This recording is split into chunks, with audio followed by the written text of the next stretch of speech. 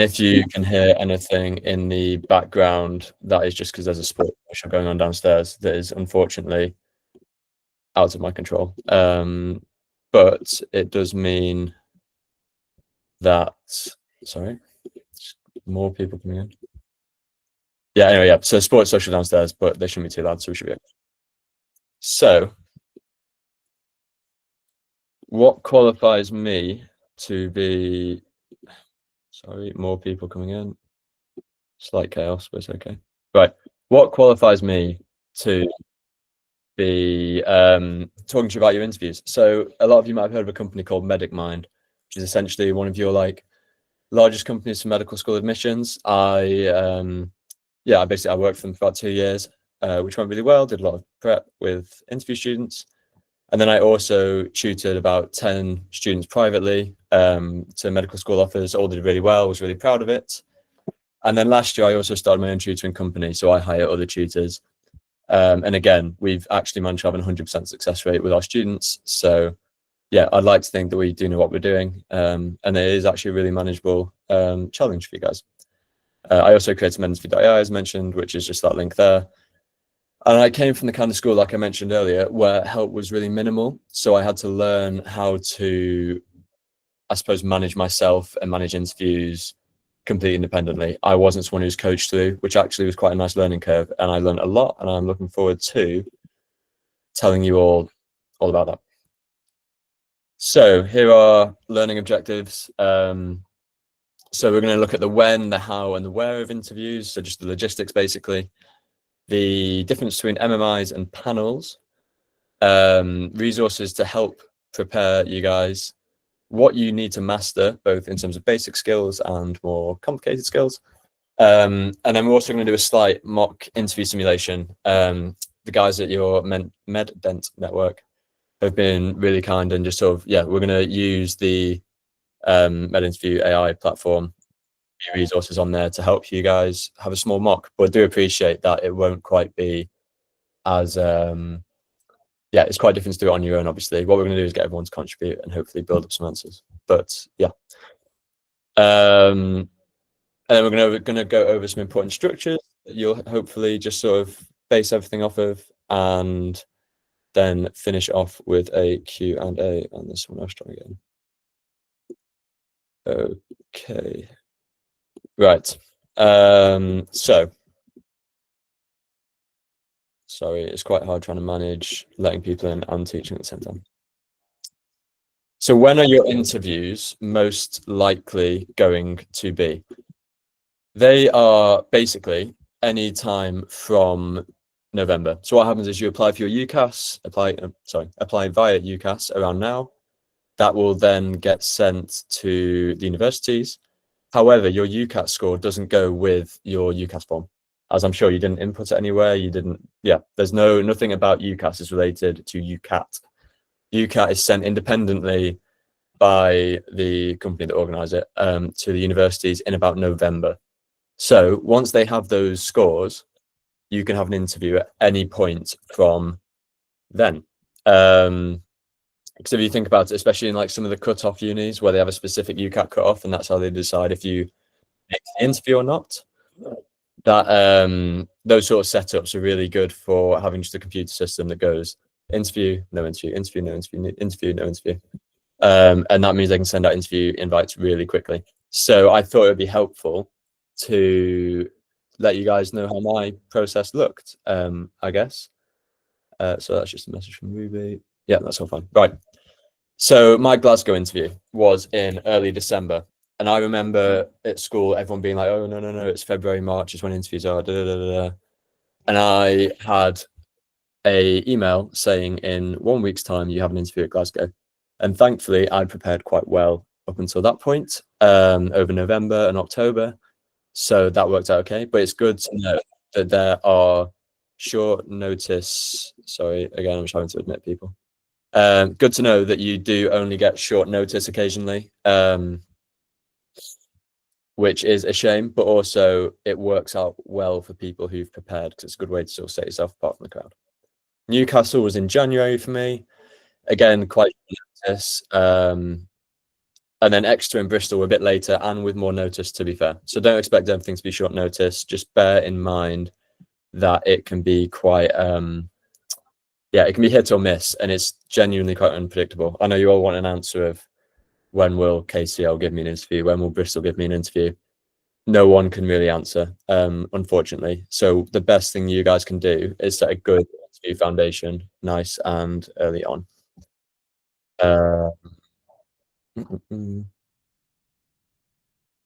Sorry, another message from Ruby. One sec. Actually, it's about the meeting difficulties earlier.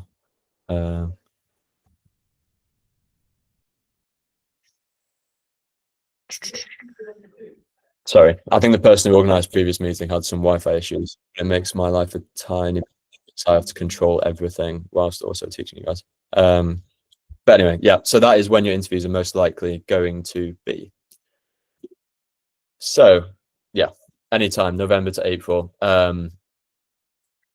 Yeah, and also you can be put on like a wait list for an interview, at which point they can be super, super late. There is an official deadline for this that will be given normally. I'm not sure I could find one for this year, but I know that it does come out eventually. Usually later on when everyone starts asking questions, basically.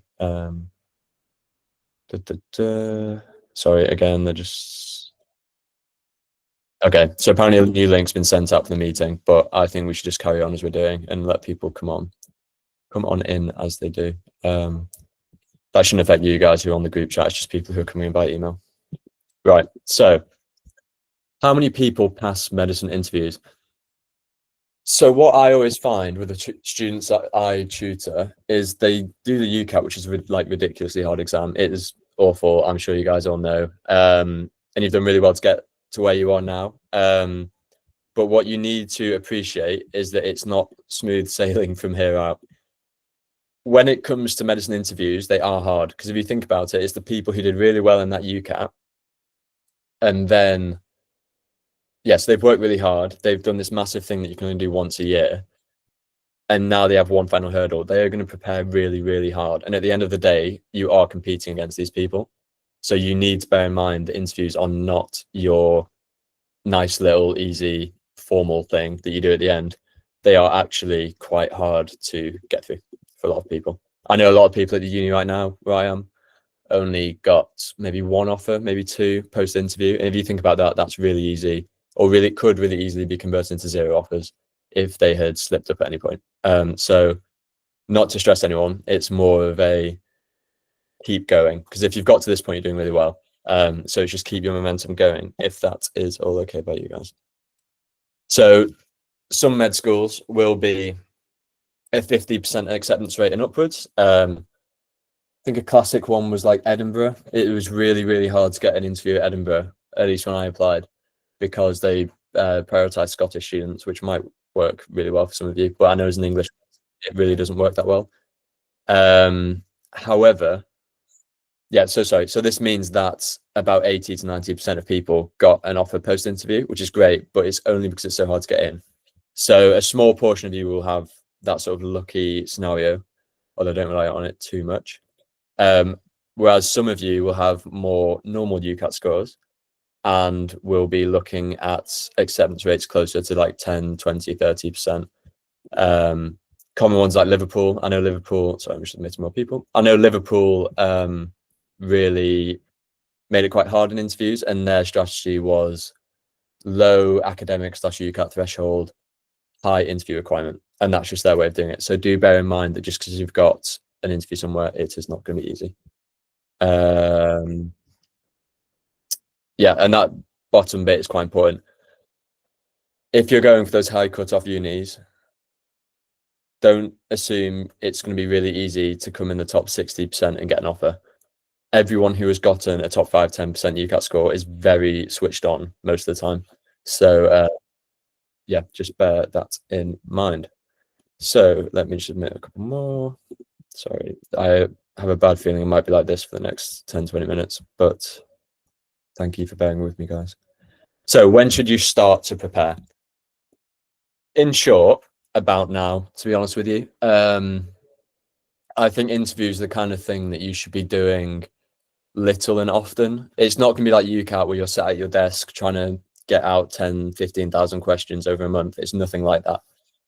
what you should be doing is you should be spending half an hour a few times a week speaking answers out and getting used to verbalizing and just sort of getting your thoughts and ideas sounding good. Because you'd be surprised how you can have a really, really nice thought and read these really nice interview questions online and go, oh, I would just say this, this, and this. But then when you go to say it, it might not come out like that in the slide test, and you'll be regretting that if you come to an interview and you start feeling like that. So yeah, so basically that basic tip is get used to speaking, and speaking coherently, fluently, and with a bit of structure. And we have some structures at the end to help you out with that. So more people joining. 1 sec. Sorry. Right.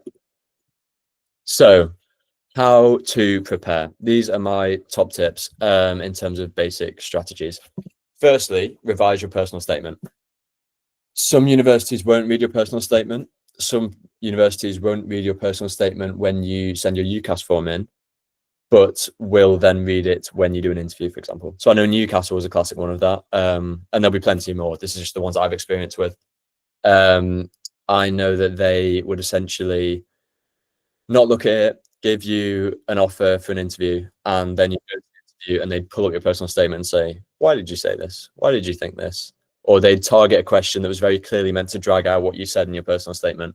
So don't be that one person that gets caught out because you either weren't fully honest on your personal statement or don't remember your personal statement. It's a really easy thing to do. Just revise it. It should be something that comes to you easily, bearing in mind you are the one who wrote it. Yeah. Okay. And then next, we're going to talk about reflecting on work experiences. So I don't know how much work experience you all have. It really varies, I find, with students. However, that's not actually what matters. What matters is how well you can drag a lesson out of work experience.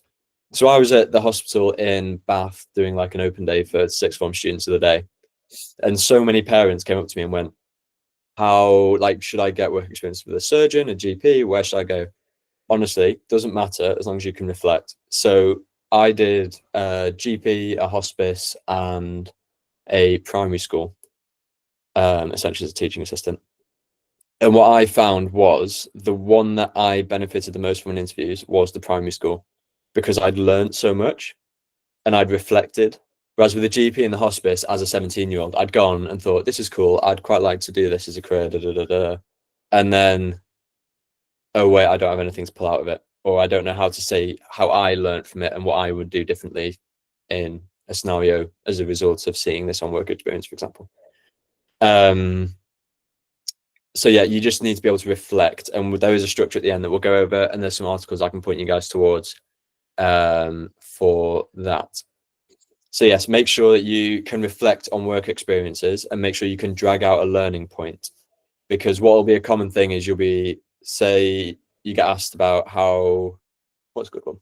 If you are, say, a leader or a follower, neither of those is the right answer. You're very welcome to be a leader or a follower. But what you need to be able to do is say, after going on work experience and seeing an emergency department team go and save someone's life, for example, I noticed that the lead consultant did this, and I actually find that this is something that I want to learn myself, and I've been working on building this skill by playing sports, volunteering, etc.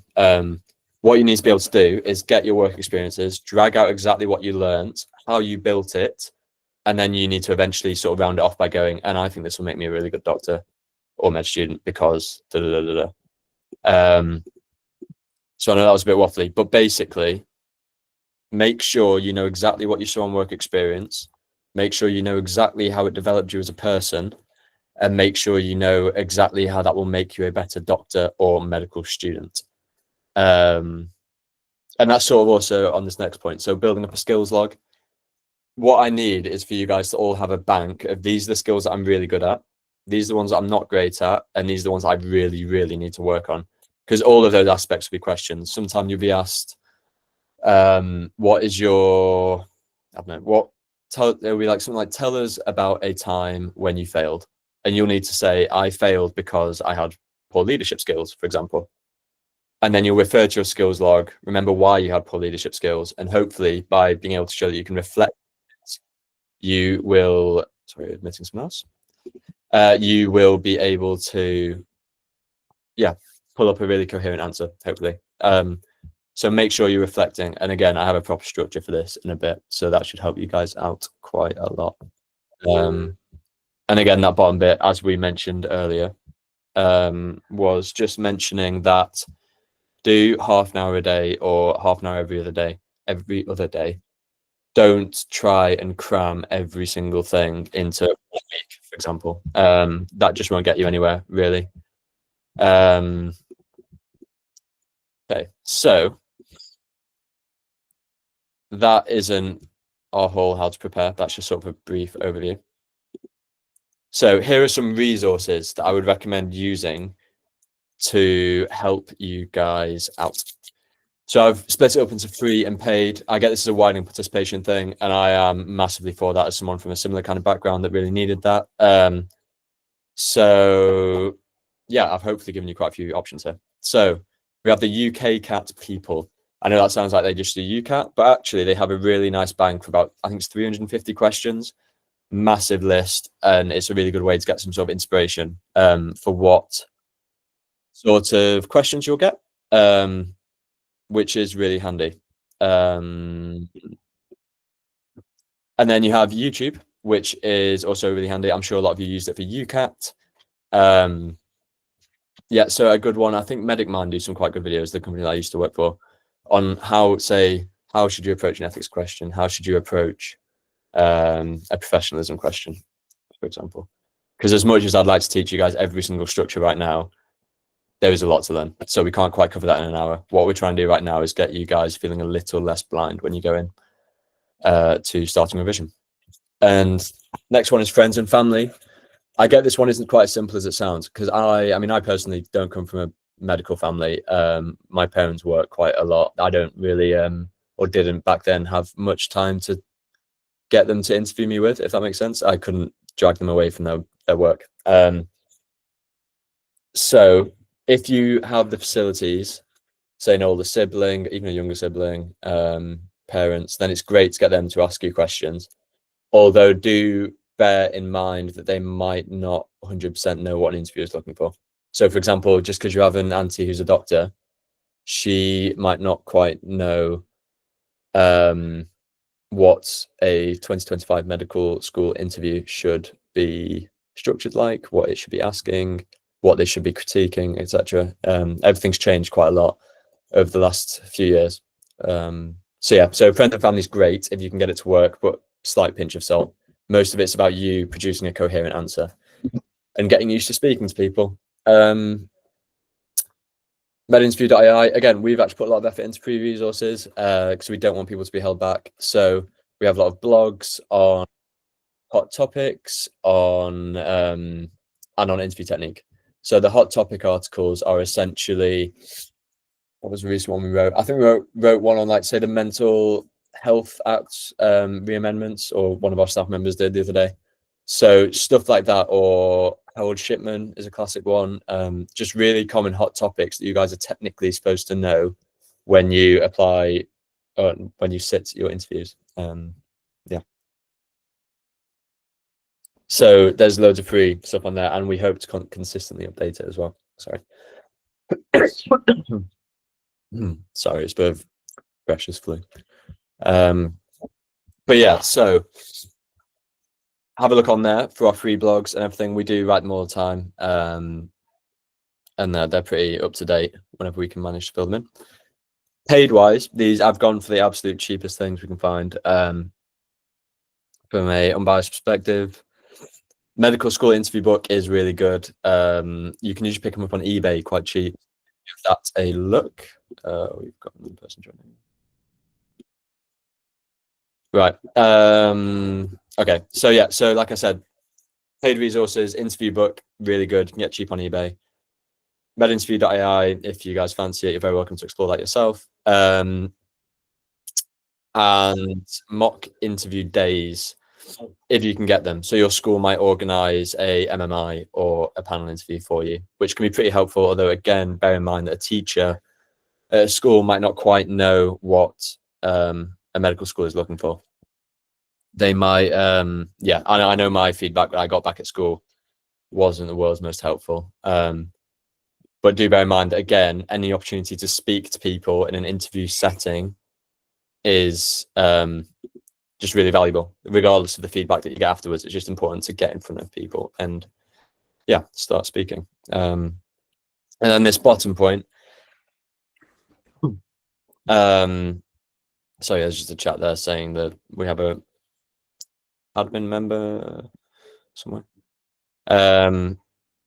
Sorry, yeah, I forgot to mention this. Let me do this before we keep going. So it just says there, in order to receive a certificate of attendance, you need to be there at the end of the meeting to be able to fill in the feedback form. So that's your certificates. Yeah, so finishing off this point, ChatGPT. Sorry. This is a really weird time for interviews in some senses. Because back when I applied, so 3 years ago now, maybe 4 in terms of interviews. No, 3. So AI wasn't even something we thought about. I think now you need to be really careful, because ChatGPT can be great for if you were to write about your work experience, it could probably pull out a good reflection for you, things like that. Or if you want it to help you restructure the fluency of an answer, it could help. In terms of marking medical school interview questions, it isn't great. We experimented with integrating it into medinterview.ai and just found that it doesn't work. It just hallucinates and gives you incorrect answers. So, for example, in some questions might be about, say, a 15-year-old comes in with diabetes, but then starts complaining about their mental health. What should you do? ChatGPT will say prescribe them metformin. Whereas actually you should be saying shut down the diabetes talk and start talking about their mental health, because diabetes is chronic, mental health could be acute.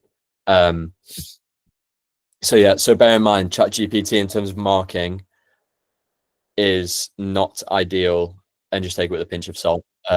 We ended up actually doing all of our interviews with handwritten mark schemes, but we can explain that later. Right, so those are resources. There's also the GMC guidelines you should get to grips with. It is like hundreds of pages of documents. I don't mean get to grips with all of it. I just mean get the gist of it. It's very similar to your SJT questions on the UCAT. So if you can do SJT well, you can probably do interviews, or the professionalism side of interviews reasonably well. What else? And then there's also the Good Medical Practice journal. I'm going to add this onto the chat afterwards, because they've changed their website recently and I haven't actually got the link. So that will be put in quite soon. Again, sorry about the coughing, I'm just a little bit ill. So those are resources. And again, that's just sort of a brief overview. We have plenty of time for questions in a little bit, at which point we can go into it a bit more, but I can't possibly fit in everything in the space of an hour. So 2 kinds of interviews, MMI and panel. Probably heard about these before, but we should go over them for those who haven't.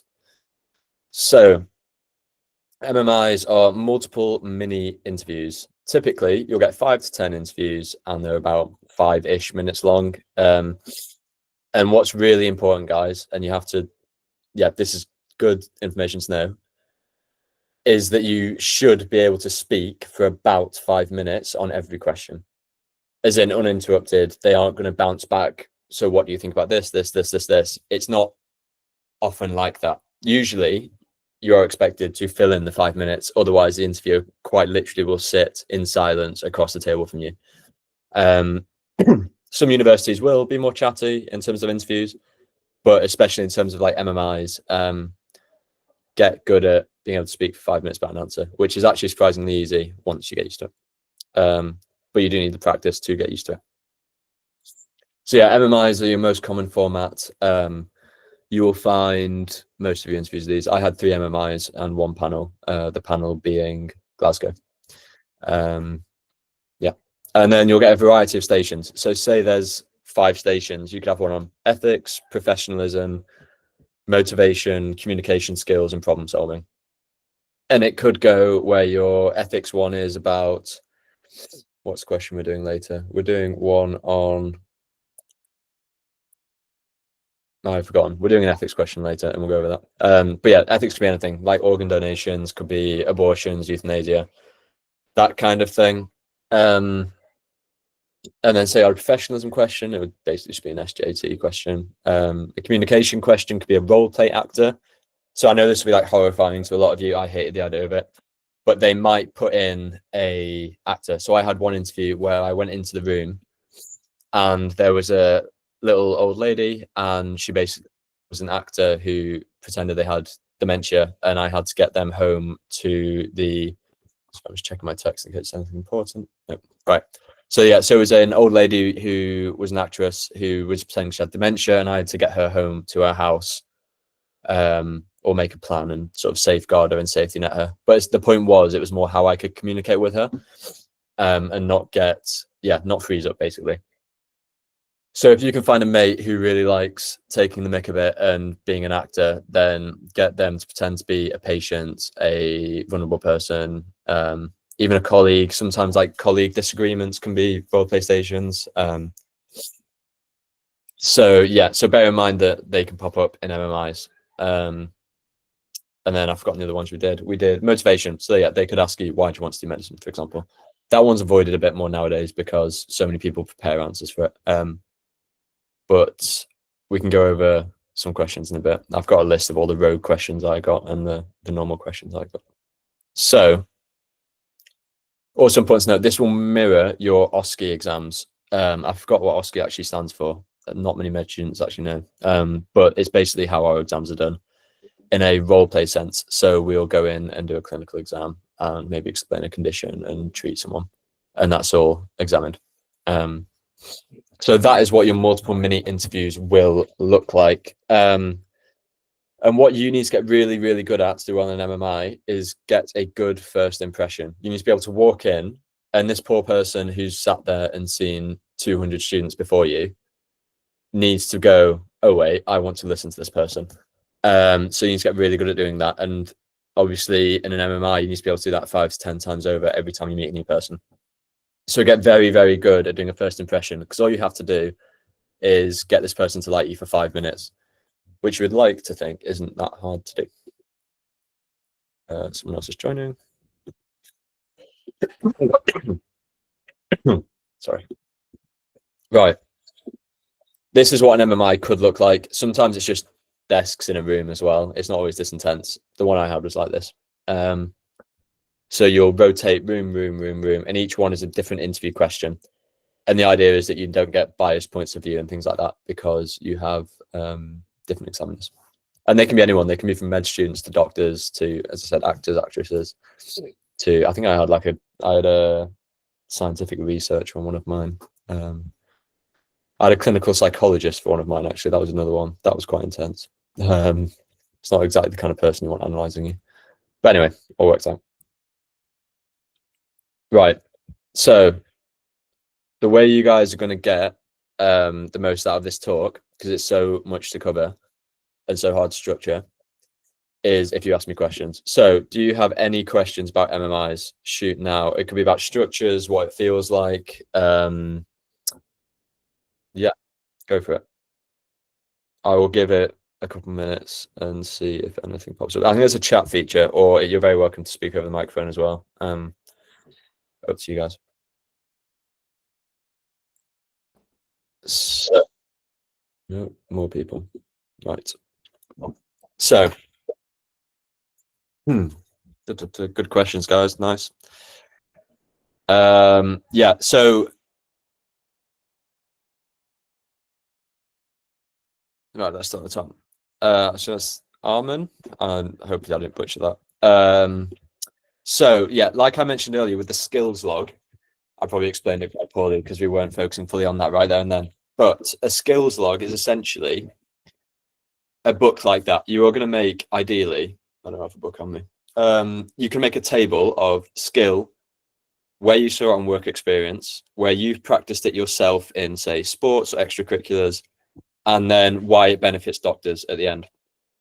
And just sort of make it sound like you've really been inspired by this doctor, or teacher, or whoever you've done work experience with, and yeah, have a good list of skills to be able to do that analysis of. So that is what you saw, how you've improved it yourself, and how you hope to apply it in the future.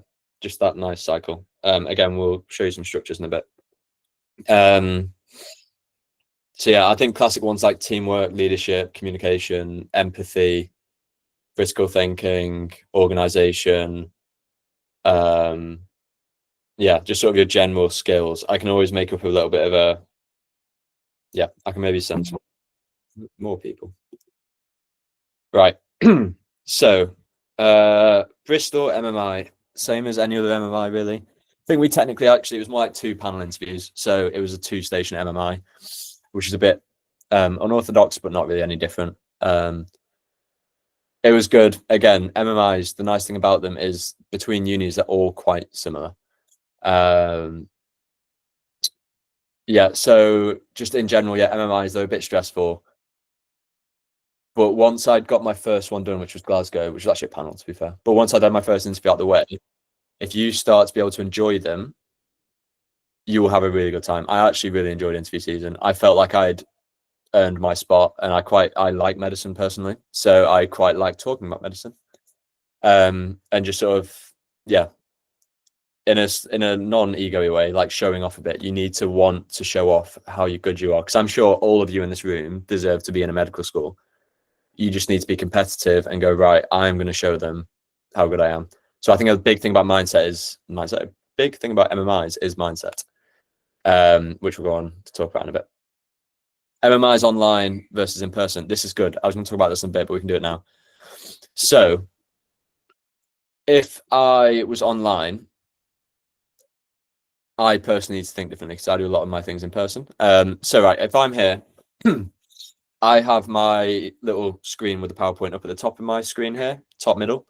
Whereas if I have it down here, like the usual profile picture / settings, etc., is in the bottom, my right. Look, all of a sudden I'm not looking at you guys. It's a bit weird. It doesn't really make sense for the interviewer. Make sure you put your everything you need top middle and look just below the camera. Don't look. I'm looking in the camera now, and it's a bit off-putting. Just below the camera. That's a really helpful tip for online interviews. And someone else is trying to join. And also make sure that you can, make sure you know your way around the platform. So for example, Google Meets, I never use Google Meets I'm doing these big talks. But sorry, just let more people in. Yeah, so I never use Google Meets personally. So coming on here to you guys is actually currently been one of the hardest things about giving this talk, is getting used to using Google Meets and letting people in and etc. So make sure you get to grips with the platform that you're using for your online interview. Definitely worth putting a bit of effort into. Right. What else are you doing? And then what else is different? I don't know. It's a bit weirder. You don't quite get to see your competition. I loved it when we'd all go in the room, because I had one in person, one at Newcastle. You get to know everyone else who you were again competing with, and it was just quite a good way to warm yourself into it, and it felt like a bit of a game. It was, yeah. So bear in mind that whenever you do an online one, it will feel weirdly insignificant because you're just sat across your computer in your bedroom or wherever. Yeah, although do bear in mind you still have to dress accordingly and etc. Do make sure you wear the right clothes and wear a suit or a shirt or whatever. Don't treat it too casually, but just bear in mind that it will feel casual and you need to get your head around that. Right. How many hot topics? They can ask you whatever they want. There's no rules saying how many things MMIs can cover, although I would put a bet that if they were going to ask a hot topic, they'd only ask one, I would bet. Although if you're talking more about the actual topics, again, can be anything. Make sure you're reading the news. I know you guys have access to a really good wider reading chat on here. Read most of the articles I've seen in there are pretty good. Like, make sure you're staying on top of it. I'd say recent ones. Let me have a think. What have we written about recently? So, recent hot topics. Oh yeah, NHS 10-year plan. That's huge.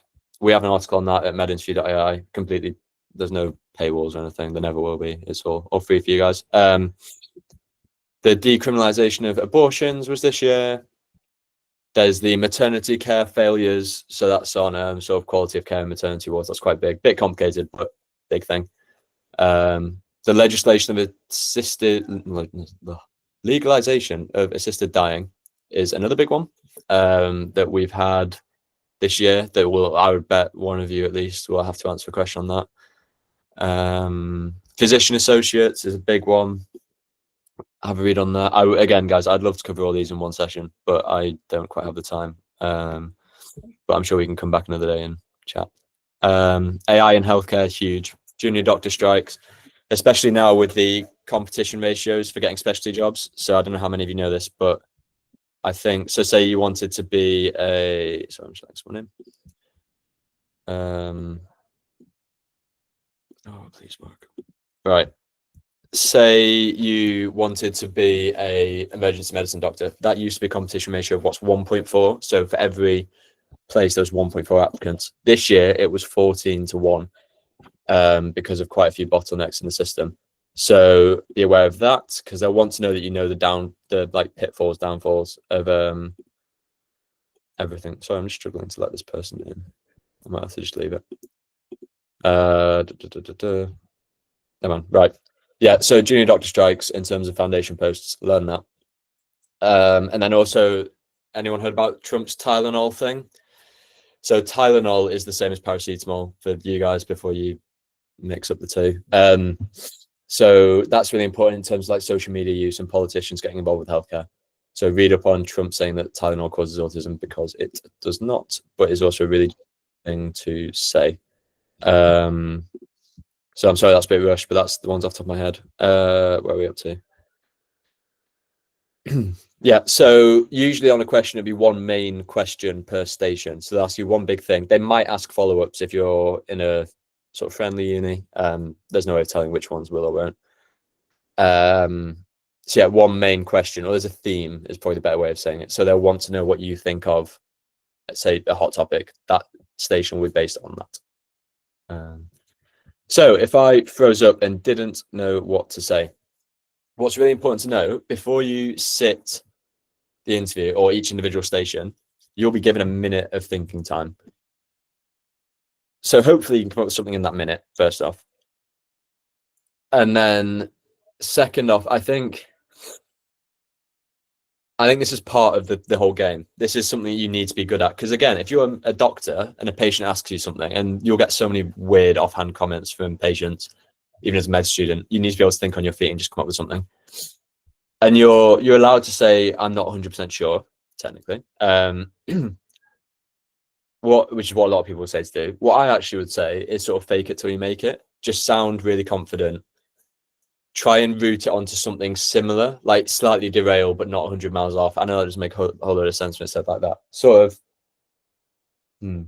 Okay, say they asked you about Donald Trump. Again, we're going back to this. Donald Trump talking about Tylenol causing autism. And you could recognize that's something probably not great about a politician's claim on drugs and which drugs we should use. Then say derail it to social media and go, I think it's kind of difficult with social media nowadays, people talking about having an influence on people's opinion on medications and things like that. That's not ideal. That won't get you many points, but if you just find something to talk about for a little bit, you're allowed to derail it. Although I'll be honest, not many of the questions will catch you out, although I have a list at the end of the ones that did catch, well, yeah, roughly catch me out. So I'm sorry I know that it would be nice if there was an easy answer for when you freeze up, but the whole point of the interview is that they're trying to catch people that don't freeze up. But yeah, just get used to waffling a little bit. It's quite a handy skill, especially as a med student. So Evie asked, might be a silly question. Yeah, I'd say between stations, maybe don't. I think beforehand you're so welcome, and afterwards you're so welcome. If I was to treat it like an OSCE exam, I wouldn't be chatting. They're usually quite strict on it. Because imagine you said to the other person, oh, I know this station's this, I know this. It would, it would make it a bit chaotic and they wouldn't be able to mediate it. And also, I don't think you'll be in a position where you get to talk anyway. Because what will happen is you'll do the station, there'll be a massive buzzer, you'll move on to the next station, buzzer, it's quite quick actually. Don't get a lot of hanging around. Why is it not letting? Right. Where are we up to? Again, if you have no clue or don't know where to begin, take your minute. Like, absolutely rinse it. Just keep it for as long as possible, because realistically, you probably get away with like a minute 15 or 20. And then, yeah, try and get at least as close of a gist as you can get. And also, there's no harm if you just say something that you think could be relevant. You're probably more likely than you think to actually be on track. So you just have to trust yourself to start speaking, even if it's a bit unstructured. There we go. Right. Wider reading. So they could just bring up a topic if it's a recent one. The expectation is that you guys want to do medicine, so you should be looking at medical news. I don't mean really niche lab reports and like publications and things, but like say the Huntington's cure coming out the other day. That's huge. That's not niche. That's something you guys should know about. So make sure that you are staying up to date. I use BBC. You can like categorize it down to health topics, or MedInterview.ai has nice handwritten ones that are all free to you guys. And then you guys have your chat as well on MedDent for wider reading. So I'd say, yeah, they can give you anything. Sometimes if it's something really niche, they'll give you a pre-reading. So I remember Bristol gave me the what was it? It was a document on like NHS principles or something, and I had to learn that before I went in. But they made it clear that that was the case. So that can happen. And if they do send you something, do read it. Ron, are these written down somewhere? If this is about hot topics, I don't know. This whole thing is recorded if it's about the content that's been said so far. If it's about hot topics, I'd say, again, you're gonna have to take a bit of initiative. I can help make a list, to be fair. Yeah, a little bit of initiative to go onto BBC News and the websites that I mentioned earlier. That again, it's all recorded. I'm sure they put it somewhere. I think you guys have a YouTube actually that it goes onto. So yeah, you can go over everything there. That the reason we made MedInterview.ai is because the interview scene is really, really, really poorly done. Basically, people. Yeah, there we go. It goes on the YouTube channel. Yeah, so the interview scene is really poorly done. There's not enough prep out there for how risky they are and how low the acceptance rates are. So hopefully we're changing that slowly. But it does take a bit more initiative than UCAT, where there's like 1,000,001 preparation resources. No, they won't ask you to explain a disease to a patient that you're not sure about. You aren't expected to have any medical knowledge at this point in your lives. You're not med students. So what they will do is, I don't know, they might say something like, oh, can you explain to this girl she has asthma, technically? But you might not know how that works. That's quite risky for them. What they're more likely to do, I remember I had one that was, I had to explain to someone that I'd been pet sitting their guinea pig and that I'd lost it and it had just gone missing. And that was my thing. I had to break bad news to them. And they do it in non-medical ways because it's the same thing at the end of the day. It's just knowledge being given to another person. So yeah, so they can ask you to, they could technically ask you to do something, but they probably won't. It's good to just be good at communicating things though. And I'll give you some structures for breaking bad news in a bit. Would I recommend to learn some answers? Learn some answers to questions or go with the flow? Don't flow. Do go with the flow in a lot of senses. Don't have a script, but realistically, most of the interview questions I had, I'd seen before, or had seen something similar before and knew, oh, I remember this bit of feedback, this bit of feedback. So in my minutes thinking time, I was like, I'll include this point and this point and this point. But I'm not learning an answer, if that makes sense. I'm learning points. I'm learning, I'm just learning the content involved with the question. It's not like you should be learning a scripted answer, but realistically, you will need to practice and get feedback and know exactly what's changed about your answers, because you guys will not do it perfectly off the first go. Right. I think that's a lot of questions. Again, we'll have a question at the end. Oh, is that one more? No, that's my phone. Never mind. Right. Okay, so I'm going to try and speed through these so we can do a bit of mock stuff. Panel interviews, much more traditional. I'll show you the next slide.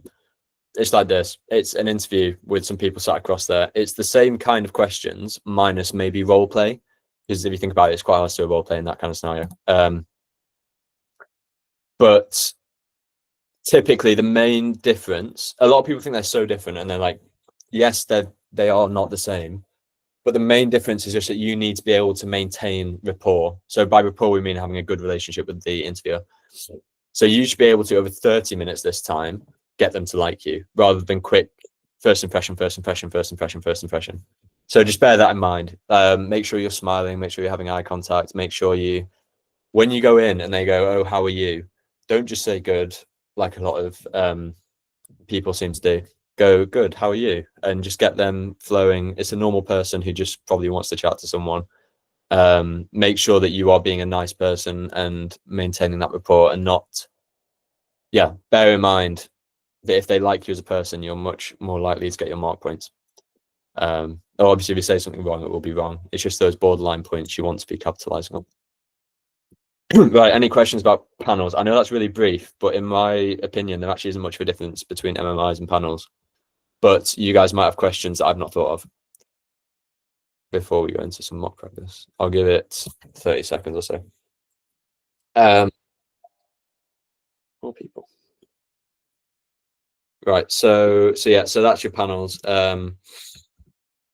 Basically, you're not going to get a role play, realistically. And it might be a bit chattier. I remember my Glasgow one was quite chatty, meaning they can go back and forward more rather than expecting you to speak for 5 minutes.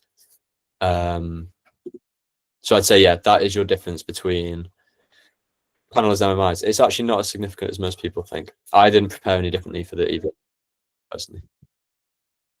Is that the relevant text? Right. Okay. Right, I'm going to move on. Here is the online versus in-person stuff that we talked about before. Not that different. Main thing is, you can see your competition. If you're in an in-person one, I quite like this because it just means I can visualize it and appreciate the importance of it a bit more.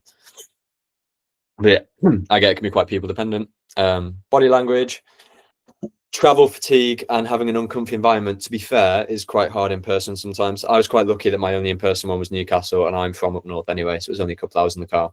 But I know people there had come all the way from London, and it was like a big trip. And you can be quite tired, and there's a lot of pressure after something like that. So if you're someone who does sports or something, I remember I used to do quite a lot of national sports events back in the day, and it's quite similar feeling to that. It's like you're going to a big competition. So again, I think this might be very, very me, but treat it like a competition. You guys deserve to be there, and just show off why you deserve to be there, and then you'll get in. It is almost as simple as that. Although, yes, you need to do all the prep beforehand. Don't think you can wing interviews.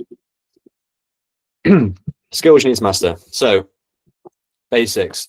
You should learn to smile a bit whenever you're speaking to people. I'm still prone for not doing this. Sometimes I'll be on a ward and get corrected by a patient being like, are you unhappy to be there? But you don't want your interviewer thinking you're unhappy to be there. Eye contact, again, if you're on a computer, don't look down here where your icon is. Look up here. It will just look a bit better for you guys. And you'll seem like more of a person. Tone, you need to get really good at swapping your tone in and out, especially in the communication stations. That will be a check mark on the on the role plays. So be like, was their tone empathetic? Were they a bit off-putting, etc. So I'm sure your parents would love to comment on you guys' tone. So that's a useful place to use parents. Giving an answer even when you're clueless. Like I said, you need to learn to waffle a little bit. Ideally, you'll have a super structured answer and it'll be great. But speaking for 5 minutes with only a minute thinking time, quite hard to give a structured answer. So make sure you don't forget what you've said, and make sure that you're staying within the boundaries of the topic, but get quite good at just speaking confidently, and use your hands and just sort of like, body posture and hands. Quite good. Although make sure I used to get feedback saying on an online interview, hands are really annoying, because if you think about it, when my hands are here, it's quite distracting because the field of view is so small. In person, hands are great because it just shows you a bit more animated. So maybe bear that in mind for online versus in person. Take your time to think. Again, usually get a minute, potentially more, potentially less. Make sure you ask that before you go in. How long thinking time will I have? So you yeah, so that you don't go in completely blind. Right, the more advanced things. So specific topics.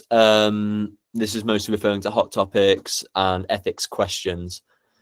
Again, UCAT people have a really good question bank there. If you want something free, we also have a good question bank, and there's also our articles.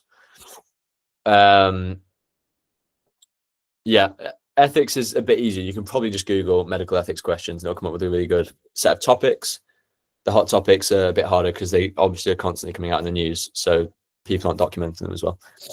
In terms of interview coaches.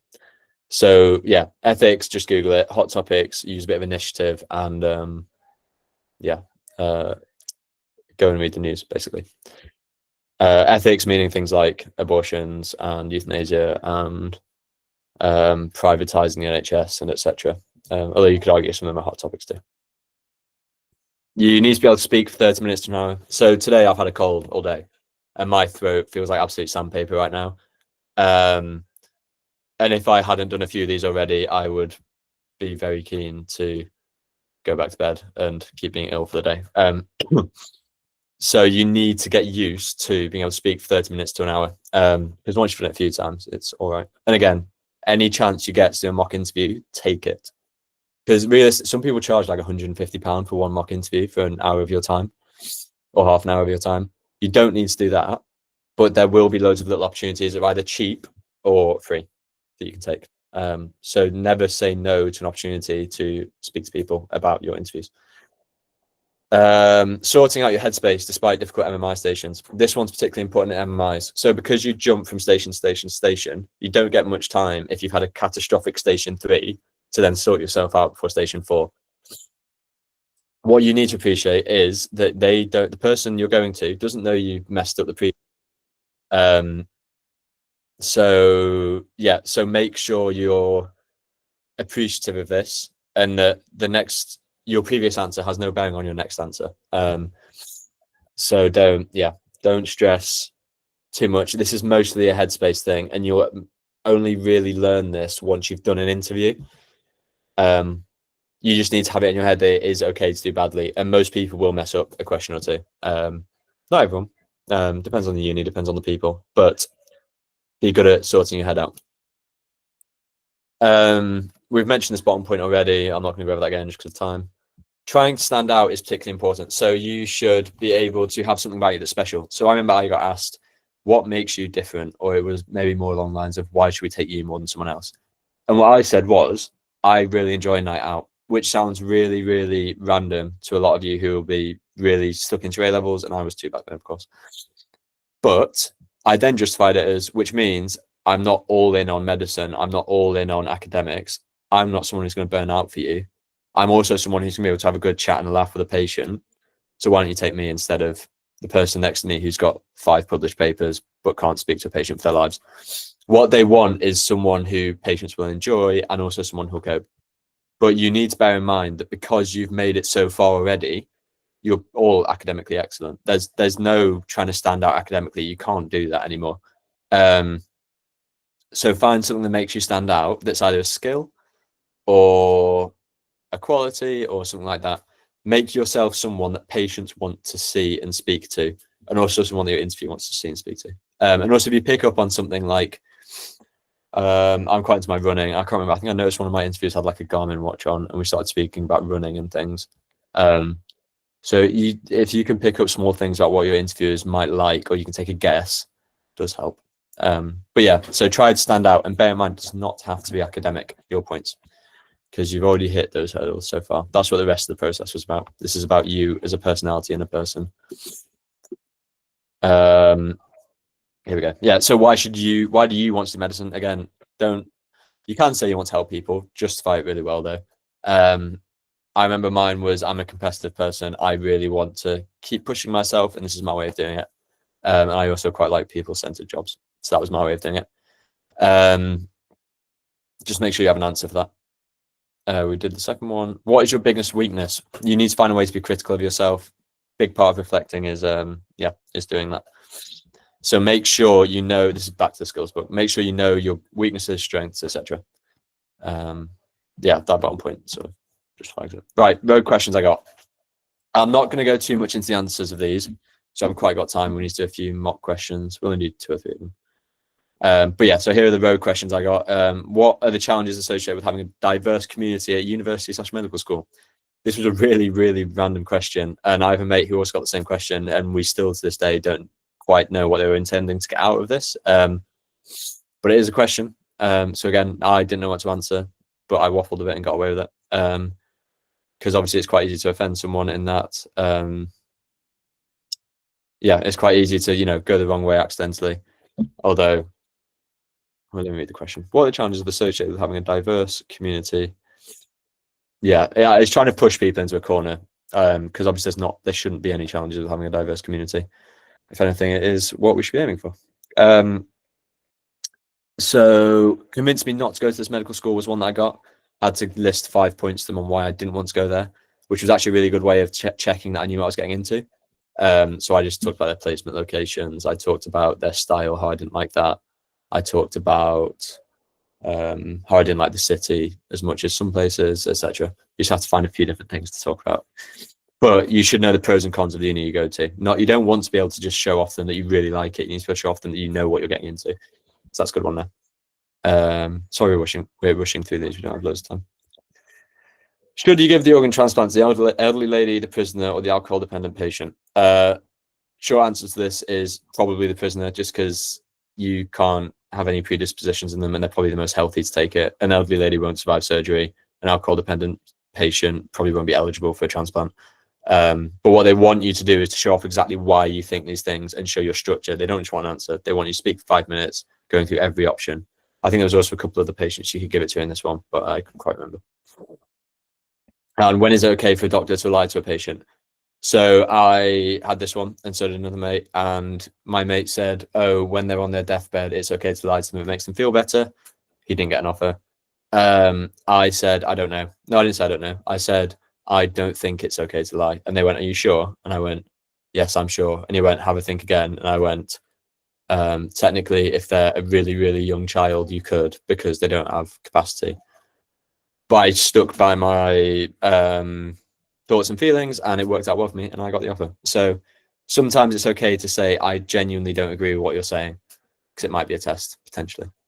Although don't assume everything's a backwards question. Most of them are quite straightforward. Qualities my best students have had. Seem like a normal person who'd what your patient would want to chat with, regardless of their health condition. We mentioned this earlier. Don't go all in on, or didn't go all in on academics. Again, same.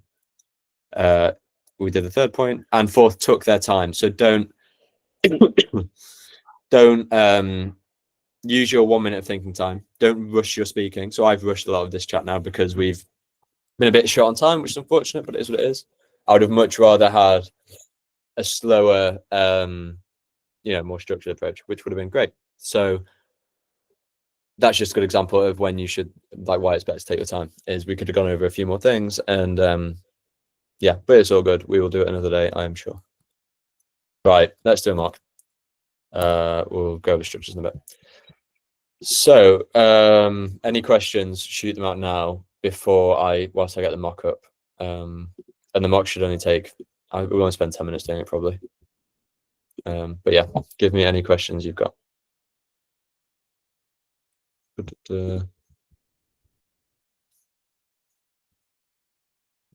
Oh yeah, there's one there. I'll get that in just a sec. Let me just screen share.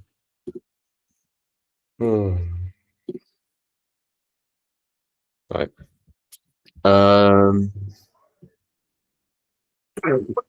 Sorry.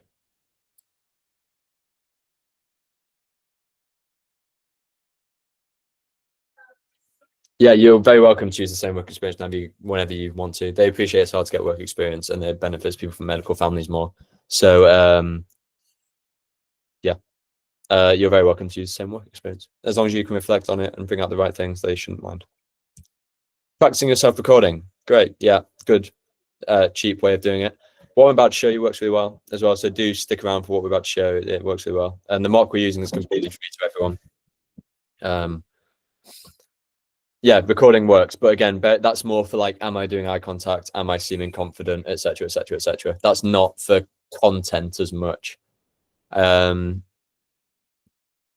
Bottom one, just come up with a structure. There isn't a set structure, but I would personally go pros and cons of each. Is there any red flags that rule them out for an organ transplant? And bring in your ethics. So we'll go on structures really briefly for the last few minutes, and then I'll leave you guys be. But I'll get on this in a sec. Right, so yeah, just structure it really well and think of red flags when it comes to organ things, because a common one is there's probably a pretty good reason why this person can't have it, more than trying to weigh up pros and cons. Widening access discounts for MedDent. We've got a discount at the moment.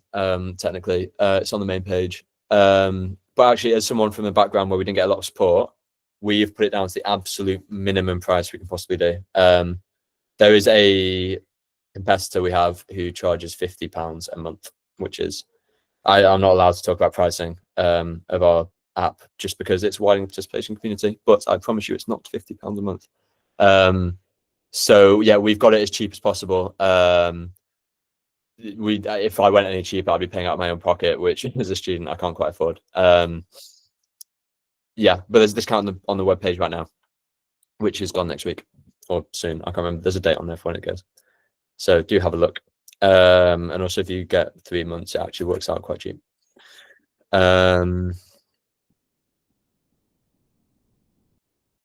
No, yeah, personal statement is perfect. Use your personal statement. It's got answers written in it, basically. Like, yep, you're very welcome to recycle an answer from your personal statement. There are no issues with using a personal statement for structuring answers. Right.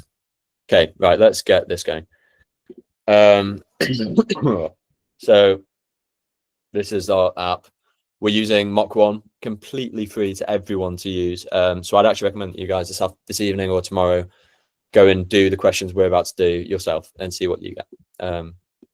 And this should be a bit interactive, which is the hope, which is why we're using this rather than just speaking through answers.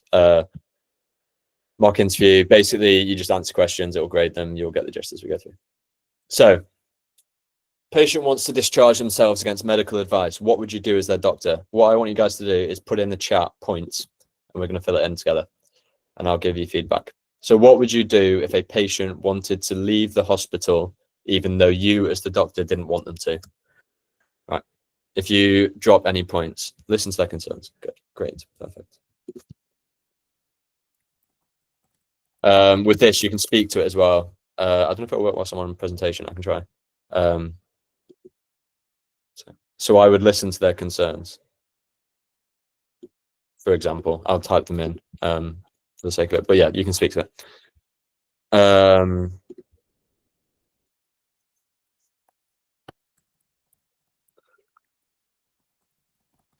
If you have paper, you're very welcome to structure out an answer or write down some notes.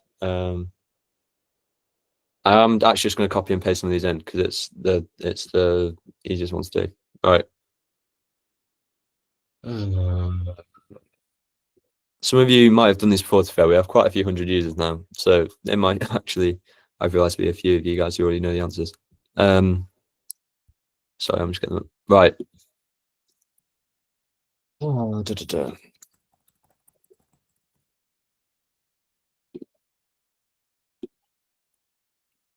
This is perfect, guys. See, this is what I mean. You have it in your heads what you need to say, and you'll know some of you will be reading this and not be like, oh, I forgot about that, I forgot about this. The whole point of an app like this is that you guys can jump in and do what you want. You can jump in and get feedback. Sorry if I miss your answer. There's a lot coming in here.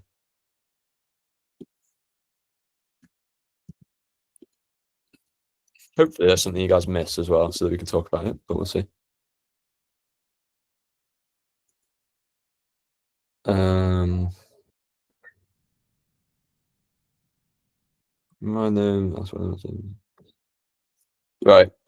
I'm going to take this last point. Again, sorry if I missed your point out. We're in a bit of a...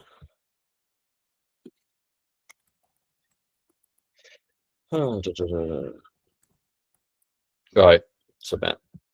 So that was really good, guys. You got the basic core principle down. A lot of it was about sort of just reiterating to them the risks and what is sort of going on with them. So yeah, 4 out of 10. That's how I would have graded that. That is a good go. So what we did, we evaluated whether or not they have capacity. capacity is whether or not a patient can retain information and then give it back to you. Basically, can they be in a state of mind where they can make their own decision? So that's what we mean by capacity. Potential consequences, great. Investigating why they want to leave, good. Avoid pressure or threatening the patient, of course, perfect. But it's good to mention. So we could, someone did mention this, I didn't quite write it down, comprehends the risks of leaving, explore finding a middle ground, see here, acknowledging they have their rights. So yeah, so when a patient wants to leave, assume they have capacity to make their own decisions. So someone wouldn't have capacity if they were had brain damage or something like that, for example, or they were under the influence or something like that. Assuming they aren't one of those people, they can leave. It's up to them. They're very welcome. Clearly document the entire consultation, provide appropriate safety netting. Safety netting is really good one to chuck in. So that's saying, right, you can leave, but if you start to feel lightheaded and have palpitations, please come back to me. And you make a deal and you go, right, as long as it doesn't, you know, if it gets really bad, then come back. That's a really good way of doing this kind of thing. Family members, senior staff, making it clear to the patient they're always welcome back. When discussing, here's basically a tutor's answer. I'm going to skip over it. There's also a useful link here. If any of you, again, this is completely free to you guys. There's no, I'm not forcing you to pay for this one. So you can go and read that whenever you want. Right, next question. Oh, I might actually skip this one. Just because this one's so personalized, it'll be hard to answer between all of you.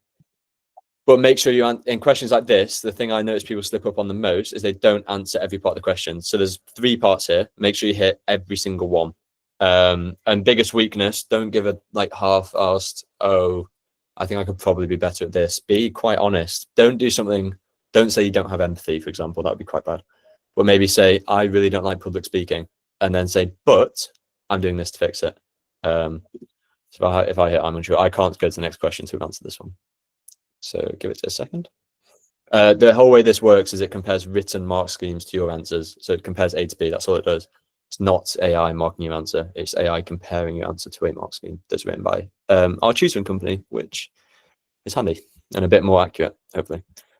Yeah, I mean, you've got feedback there for that. You're all very welcome to go over this in your own time. So this one's a good one. What do we all think about this? Assuming you can see it. First of all, what do we think we mean by non-essential surgery? And I will answer this. Yeah. Best interests when a patient, yeah. So if a patient lacks capacity, then use best interest. Can't force them to do something if they're able to make their own decision. Yeah, all of these are the right answers. Non-essential is something that's not needed.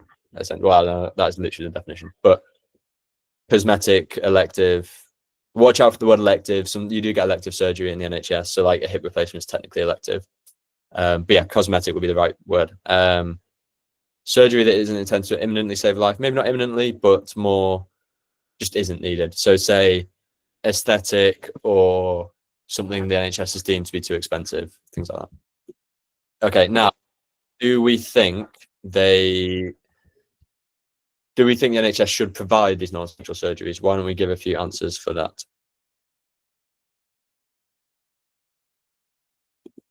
Perfect. Good points.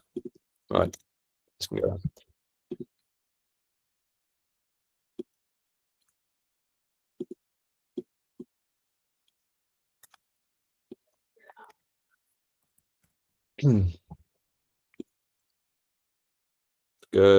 Good.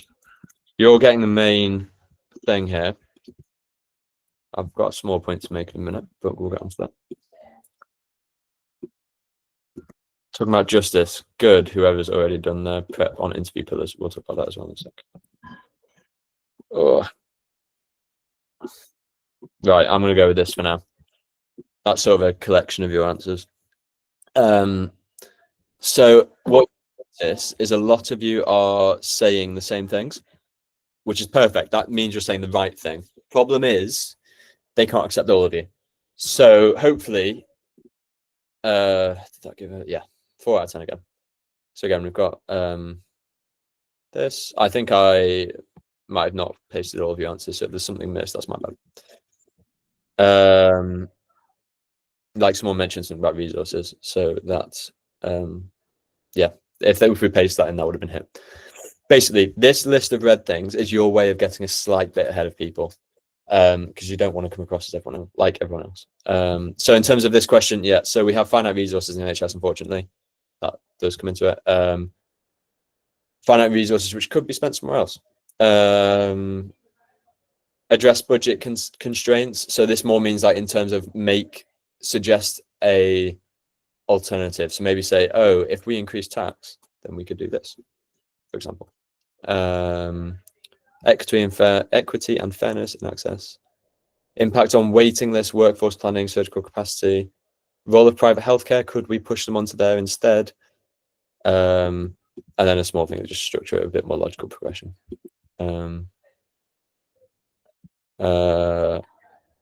Yeah, so these are ethical principles that you should know. Things like this that I mentioned are really important, which we'll go on to in a bit. Let's do one more question. Does anyone have any questions about that question just whilst I get the next one? I know we are flying through everything here. We have been going for like an hour and 10 minutes now.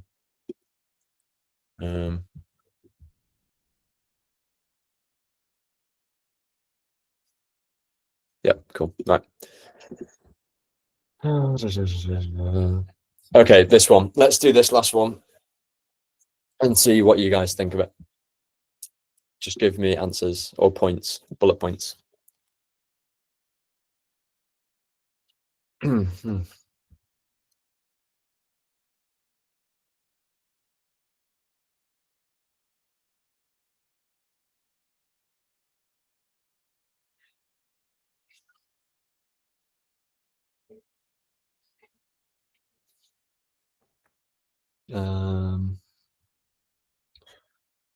Good. Again, there's a lot of answers coming in here, so I might miss you. Sorry if I do.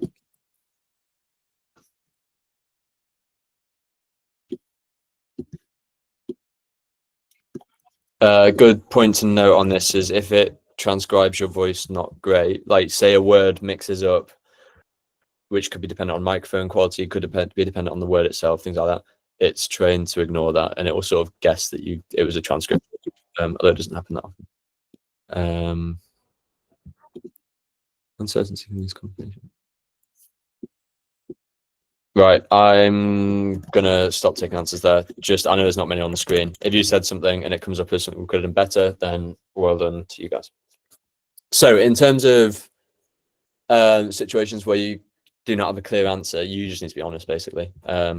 So yeah, so acknowledge the limits of their own. Maintain honesty with the patient about not knowing and the need to investigate further is great. Be honest. And these are sort of things, this is what we call signposting. So whenever you start to answer the question, how about you just say to the examiner, look, I know I'm going to make mistakes and this is normal. And they'll think, okay, this person's a bit more switched on for this. Emphasize the importance of continuous learning. You're not going to learn unless you get things wrong. And to get things wrong, you need to be uncertain about things. Clearly, but let's make sure we do it compassionately to manage their expectations. This is just building further on the point we already said. Evidence-based guidelines involving the why this is a good word, multidisciplinary team. This means everyone who's involved in your team for medical stuff, for clinical care. So say a nurse, a healthcare assistant, a pharmacist, etc. If it says no red flags present, that's because you didn't say anything super wrong. Arrange follow-up appointments, prioritize patient safety. Yeah, so you guys did really well there on getting the basis in, but again, we're trying to get these. This is my way of showing to you that we do need to get slightly niche points dialed in. But again, if you start now, you should be all okay. And I'm not saying do that via us. This isn't the point of using the app. If you want to, you're very welcome to. The link is just it's just that medinterview.ai. But all the other resources I sent you guys are great. Right, I'm going to stop sharing that and we're going to conclude almost. Sorry it has run on for so long. It's just been a bit of a chaotic meeting. Right, learn these structures. I take a photo of this now so that you have these dialed in, and you can just Google them. That star structure should be 1 R, not 2. So yeah, take that photo. Yeah, okay, I'm going to assume you've all done that now. So star is for reflecting on things that have happened to you in work experience, in extracurriculars, etc. Talk about the situation, the task, the action, and the results. And that's how you'll structure an answer. And that should take about 5 minutes. That's a minute speaking about the situation, a minute speaking about the task at hand, a minute speaking about what you did about the task, and then finally just conclude on the results. Gibbs reflective cycle, perfect for work experience. Description, feelings, evaluation, analysis, conclusion, action plan. Again, it's just a nice way to show that you've learned from your experience. We have an article written on this in MedDent.ai.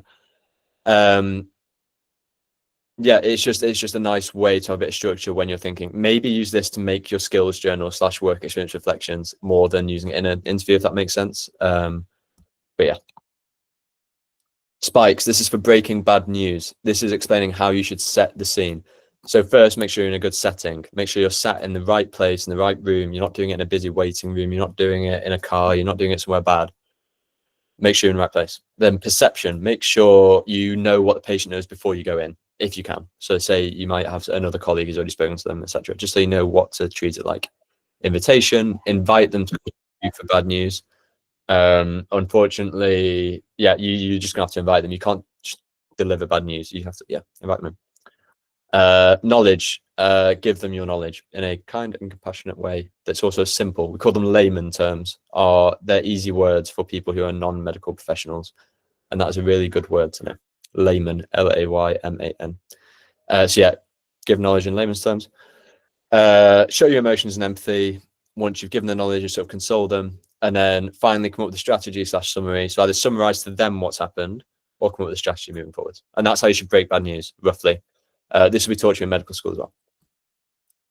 Pillars. So these are your ethical pillars. So whenever you answer a question on ethics, use these to structure your answer. So beneficence is the idea of doing good. So talk about doing good for patients, for example. Non-maleficence is the do no harm aspect. So again, if you were talking about, say, organ donations, you could say, some people would argue that an opt-out system for organ donations goes against non-maleficence because people are coming to harm as a result of it, is a point of view. And then you can probably flip it the other way using non-maleficence again. It's just a nice thing to bounce an idea off of. Justice, the idea that everyone receives fair, equal care, or that justice has been achieved in negligence and stuff like that. Autonomy, really important word, is for being able to make the decision yourself and being able to decide that you know what you want, and that is assuming a patient has capacity, like you mentioned earlier. Everyone has autonomy. Yeah, again, Google a bit about capacity. Really good thing to know. I would again teach it to you, but I think I'd actually be pushing you guys too far there in terms of time. Right, those are structures. This has been recorded, so you should be able to access it later. Any questions? I've given a list of things I might be able to answer. Then again, if you're all tired and don't want to ask questions, you're very welcome. But I will stick around for about 5 minutes. Otherwise, you guys are all very welcome to leave and go have your dinner or have a nice evening. Oh, and also, yeah, there's a certificate of attendance link there. So Bristol is a city. Actually, I want to live in Bristol after uni, personally, assuming I get the spot. When you're in north of Bristol, which is where the uni is, where a lot of your placements be, etc., it is potentially like the nicest place in England for me. It is ridiculously just nice. It's like a big town, if that makes sense. Loads of really good independent food places, coffee places. Everyone's super social. The course is taught really well. We have really, really good. Our postgraduate exam results, if you break them down by uni, we're in the top 5 usually of med schools in the UK as well. I know that's not answering you as a city, but that's just the med school. So yeah, thank you guys. Have a good one. So yeah, that's how Bristol is as a city. I get it has a ridiculously high cutoff. It always has done. It's really unfortunate. But if you have a high UCAT, so I'm saying like top 10%, if not higher, apply to Bristol. Although obviously you've all already applied, so I don't know why I'm saying that. Here as a medical student, depends what kind of learner you are, depends what kind of school you came from. If you came from the kind of school where you didn't get loads and loads of support, actually really good, because university gives you less support than school in a lot of ways. which is normal. That's not just to Bristol. Medinterview.ai is a website. If you search medinterview.ai, it will just come straight up to it. And then what was I going to say? Yeah, and if you make a login, you're completely free to view all the blogs, all the articles, and an entire mock interview, which should take about half an hour of your time. And the rest of it, unfortunately, we do have to put a price tag on because it costs some money for that level of AI code at the moment, with how popular it's getting. So yeah, so first year as a medical student, really good if you're good at independent learning. Otherwise, a bit of a learning curve, but just for everyone, it's a super enjoyable year. No pressure, really. You don't get to do loads of, well, in Bristol you do. In Bristol we get to do a lot of clinical experiences, but I know in a lot of med schools you won't, and also even then it's reduced. Like in third year, I'm on placement all the time right now, like literally 5 days a week. So yeah, it's a bit different to that, but it's just nice being at uni, and it's a good fun year. Yeah, so this is something you'll find. You don't get given resources. It's not like there'll be some massive textbook of everything you need to know. There will be a textbook, but it won't be relevant to your uni, especially for the first couple of years. Every uni does it differently.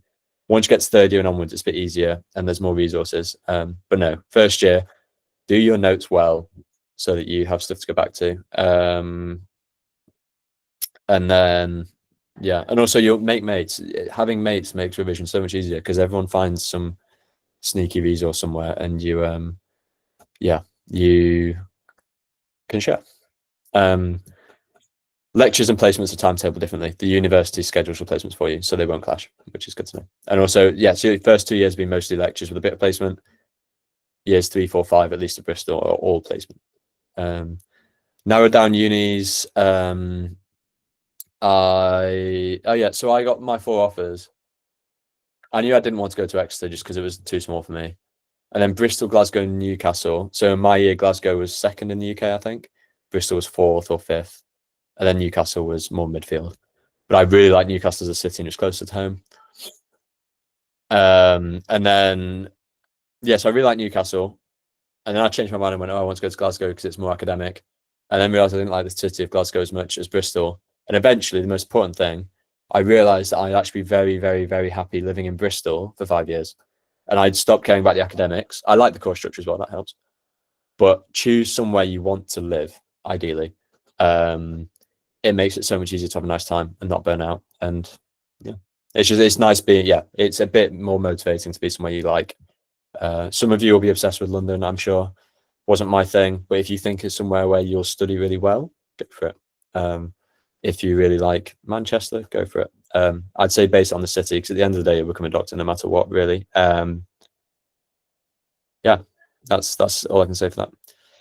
Yeah, so Bristol is ridiculously expensive. I didn't know before I went in. This was why I started the tutoring company last year. So MedInterview.ai is made for widening participation. This was my way of sort of contributing to that.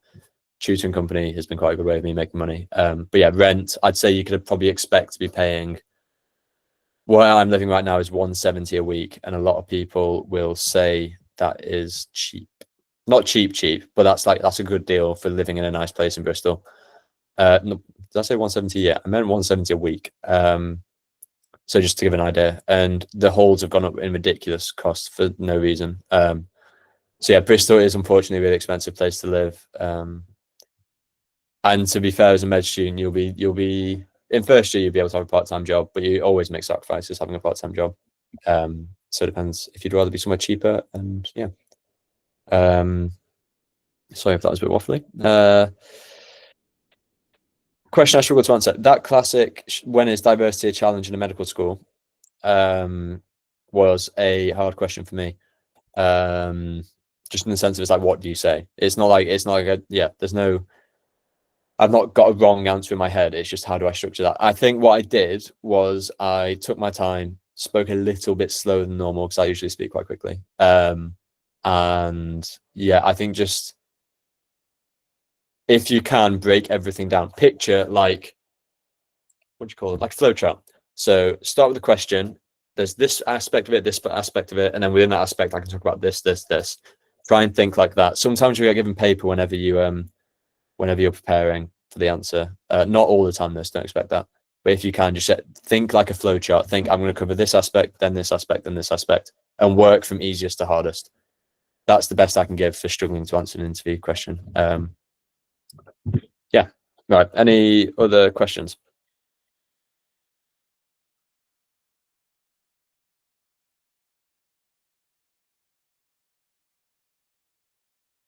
Perfect. No worries for the delay. Honestly, I don't have much going on, at least not for a bit. If you guys would like a talk on more actual content, you're very welcome to in the future. This was more just to get you into it and get you knowing what was going on. So yeah, thank you for coming, guys. Right. Yeah, perfect. I'll see you guys all another time. See you in a bit.